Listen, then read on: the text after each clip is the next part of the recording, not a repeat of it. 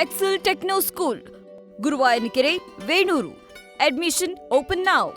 ಸರ್ಕಾರದ ವಿರುದ್ಧ ಸಾರಿಗೆ ನೌಕರರು ಮತ್ತೆ ಸಮರಕ್ಕೆ ಮುಂದಾಗಿದ್ದಾರೆ.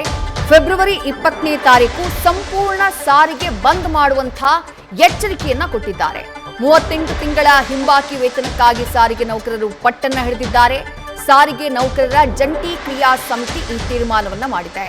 ಬೆಂಗಳೂರಿನ ಫ್ರೀಡಂ ಪಾರ್ಕ್ನಲ್ಲಿ ಪ್ರತಿಭಟನೆಗೆ ನಿರ್ಧಾರವನ್ನ ಮಾಡಲಾಗಿದೆ. ಕಳೆದ ಕೆಲ ದಿನಗಳ ಹಿಂದೆಯೇ ಸಾರಿಗೆ ನೌಕರರ ಹೋರಾಟ ಮುಷ್ಕರ ನಡೆಯಬೇಕಾಗಿತ್ತು. ಆದರೆ ಆ ಸಂದರ್ಭದಲ್ಲಿ ಅನಂತ ಸುಬ್ಬರಾವ್ ಅವರು ನಿಧನರಾಗ್ತಾರೆ. ಹಾಗಾಗಿ ತಮ್ಮ ಹೋರಾಟವನ್ನ ಮುಂದೂಡಿಕೆ ಮಾಡುವಂತಹ ಕೆಲಸವನ್ನ 4 ಸಾರಿಗೆ ನಿಗಮಗಳು ಮಾಡಿದ್ವು.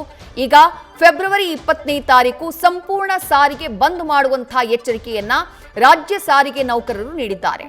ಕಾರಣ ಏನು?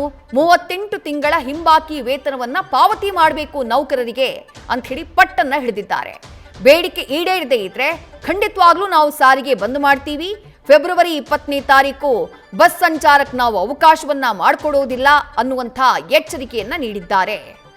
ಫೆಬ್ರವರಿ 19ನೇ ತಾರೀಕು ಬೆಂಗಳೂರು ಚಲೋಗೆ ಕರೆ ಕೊಡುವಂತಹ ಕೆಲಸವನ್ನ ಸಾರಿಗೆ ನೌಕರರು ಮಾಡಿದ್ದಾರೆ. ನ್ಯೂಸ್ ಫಸ್ಟ್ ನಿರ್ಭೀತಿಯಿಂದ ನಿಮ್ಮ ಪರವಾಗಿ.